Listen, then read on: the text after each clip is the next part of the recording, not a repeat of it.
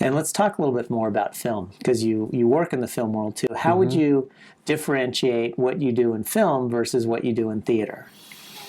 With film, there's a definite period of pre-production and production, which is at the most 12 weeks. And theater is like a 3-year thing. So there's that big difference. Film is simpler because all the rights go to one place. And then you've got this one, literally like a can, and you give the can to people you sell it to, whether it's Netflix or whether it's, someone in France or, Sony Pictures Classics. You just give it to one person, maybe 3 people, who knows.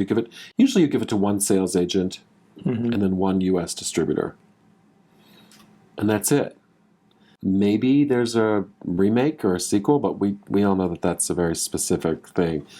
Theater is very different. I mean, you're talking about an initial production with a certain set of designers and a certain orchestrator and a certain producer, and that's just chapter 1. I mean, there's a stock and amateur life, which is a second life when it's licensed around. There's a revival life. There's a film life. There's a touring life, which is usually the same team as the Broadway production. And then there's also a foreign life. And by foreign, that could mean the same production licensed to English language territories, or it could mean licenses where they do a completely different production. Right. And some of these, the Broadway producer takes a part of, and some of them they don't. And then there's subsidiary interest from the author, where the initial investors are paid from the author, from the future of the show. A show takes so many different forms, whereas in a movie, it's all one form.